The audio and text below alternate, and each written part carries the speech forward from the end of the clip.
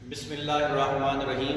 Dear students, आज हम एक किताब डिस्कस कर रहे हैं जिसका नाम है AT 213 DC machine and batteries. इसका हम चैप्टर नंबर 3 जो है वो डिस्कस कर रहे हैं। तो आज हमने जो टॉपिक डिस्कस करना है वो है speed control method of DC series motor.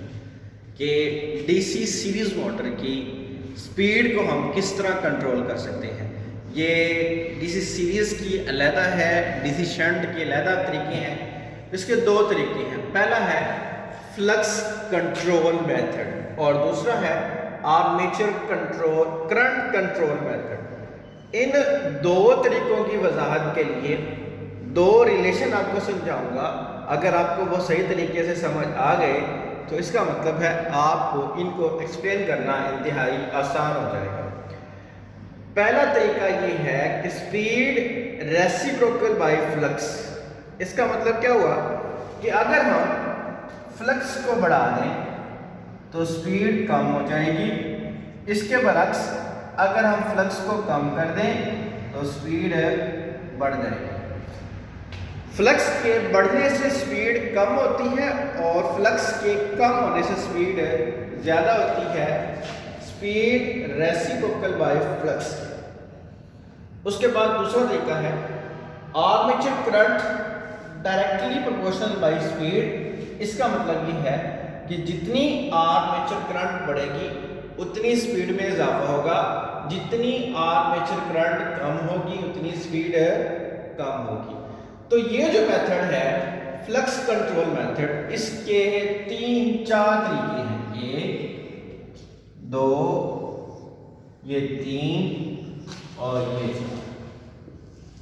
इन 4 तरीकों से हम फ्लक्स को कंट्रोल कर सकते हैं। पहला जो तरीका है वो है, हमने ये इतनी बनावट सीरीज मोटर की है, उसके बाद हमने क्या लगा दिया, वेरिएबल रजिस्टर लगा दिया। वेरिएबल रजिस्टर एक ऐसा रजिस्टर होता है जिसकी वैल्यू हम अपनी मर्जी से चेंज कर सकते हैं। ये हमारे पास रेगुलेटेड होती है।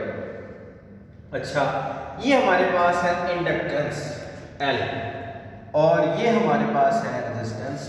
एक दूसरे के दोनों क्या है, उलट है। अच्छा, जब इंडक्टेंस ज़्यादा होगी तब फ्लक्स ज़्यादा पैदा होगा। इसका मतलब है कि जब इंडक्टेंस ज़्यादा होगी फ्लक्स ज़्यादा होगा। फ्लक्स के ज़्यादा होने से स्पीड क्या होगी, कम होगी। इसके बरक्स अगर हम इसकी स्पीड को बढ़ाना चाह रहे हैं तो हम इस वेरिएबल रजिस्टर की वैल्यू को क्या कर देंगे, बढ़ा देंगे। जब वेरिएबल रजिस्टर की वैल्यू बढ़ेगी तो हमारे पास रेजिस्टेंस में क्या हो जाएगा, इजाफा हो जाएगा। जो रेजिस्टेंस में इजाफा होगा इसकी इंडक्टेंस कम होती जाएगी। जो इंडक्टेंस कम होगी फ्लक्स हमारे पास कम होगा और मोटर की स्पीड जो है वो क्या होती जाएगी, बढ़ती जाएगी। ये हमारे पास पहला तरीका था। उसके बाद हमारे पास दूसरा तरीका है पैरेलल कॉइलिंग। इसमें यह है कि हम इसकी स्पीड को, अच्छा, इसमें हमारे पास फ्लक्स का इन्हिसार किस पे होता है, गुजरने वाली करंट पे होता है। अब करंट तकसीम होती है पैरेलल सर्किट के अंदर। अगर आपने फुल स्पीड में मोटर चलानी है तो ये फ्लक्स रखें, ये रखें। उससे कम करनी है फिर ये ऐड कर दें, उससे कम करनी है फिर ये ऐड कर दें। ऐसा क्या कर रहे हैं, जब हम इसको पैरेलल पास दे रहे हैं तो करंट तकसीम हो रही है। जब करंट तकसीम हो रही है तो फ्लक्स क्या हो रहा है, कम हो रहा है। और जो फ्लक्स कम हो रहा है स्पीड उतनी ही बढ़ रही है।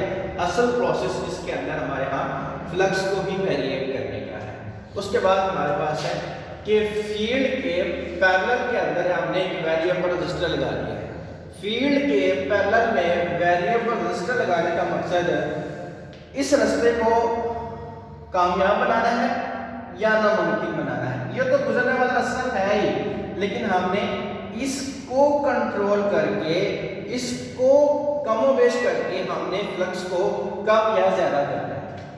अच्छा, अगर हम इसकी वैल्यू को कम कर देते हैं, जब हम इसकी वैल्यू को कम करते हैं तो इसके अंदर से सारा करंट इस तरफ मुंतकिल हो रहा है।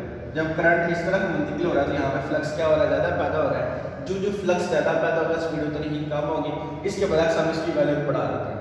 जब हम इसकी वैल्यू को बढ़ा देते हैं फिर क्या होगा, यहाँ पे इंडक्टेंस क्या होगी, कम होगी। इंडक्टेंस के कम होने से क्या हुआ, इंडक्टेंस के कम होने से फ्लक्स क्या हुआ, कम हुआ। फ्लक्स के कम होने से स्पीड क्या हुई, कम हुई। तो इस तरीके से हम पैरेलल रेजिस्टेंस लगा के इसकी स्पीड को कंट्रोल कर सकते हैं। उसके बाद हमारे पास तीसरा और चौथा प्रोसेस है टेपिंग कॉइल्स, कि हमने टेपिंग्स निकाली है। ये मैं आपको पहले बता चुका हूँ, एक्सप्लेन कर चुका हूँ कि अगर यहाँ पे हम एक वोल्टमीटर लगाएंगे तो इसकी रीडिंग हमारे पास और होगी, यहाँ पे लगाएंगे तो इसकी रीडिंग और होगी, और यहाँ पे लगाएंगे तो इसकी रीडिंग और होगी। इसका मतलब है हम यहाँ पे वोल्टेज को रेगुलेट कर रहे हैं। वोल्टेज को रेगुलेट करेंगे, फ्लक्स कम या जाती होगी। अच्छा, जो वोल्टेज को हम कम करेंगे, वोल्टेज को कम करने से फ्लक्स क्या होगा, ज़्यादा होगा। क्यों फ्लक्स ज़्यादा होगा, मकड़ती से ज़्यादा होगी, स्पीड इसकी क्या हो जाएगी, कम हो जाएगी। इसके बरक्स अगर हम इसके वोल्टेज बढ़ा रहे हैं तो फ्लक्स क्या हो रहा है, कम हो रहा है। फ्लक्स के कम होने से स्पीड क्या हो रही है, ज़्यादा हो रही है। ये हमारे पास 4 प्रोसेस थे। अब डायग्राम को सही तरीके से देख रहे हैं ना, तो आपको हर बात की वजाहत जो है वो हो जाएगी। उसके बाद हमारे पास दूसरा जो तरीका है वो है आर्मेचर करंट कंट्रोल मेथड। इसको एक और नाम देते हैं आर्मेचर डाइवर्टर। इसमें हमने आर्मेचर को क्या कर दिया है, डाइवर्ट कर दिया है, मुतबादिल रास्ता उसको दे दिया है। ये हमारे पास क्या है, आर्मेचर है, और इसके पैरेलल में हमने एक रेजिस्टर लगा दिया है।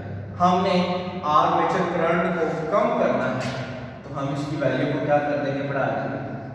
आर्मेचर करंट को अगर क्या करना है, कम करेंगे तो हमारे पास स्पीड भी क्या हो जाएगी, जब ये लेस फिर स्पीड भी लेस। इसके बरक्स अगर हम आर्मेचर करंट को बढ़ाएंगे, इसकी वैल्यू को लेस करेंगे, कम करेंगे तो क्या हो जाएगा, आर्मेचर करंट क्या हो जाएगी, इंक्रीज हो जाएगी। इसके बरक्स स्पीड भी हमारे यहाँ क्या हो जाएगी, इंक्रीज हो जाएगी। तो ये हमारे पास मेथड्स थे डीसी मोटर की स्पीड कंट्रोल के। तो नेक्स्ट लेक्चर के अंदर हम जो शंट मोटर है उसकी स्पीड कंट्रोल मेथड पढ़ेंगे।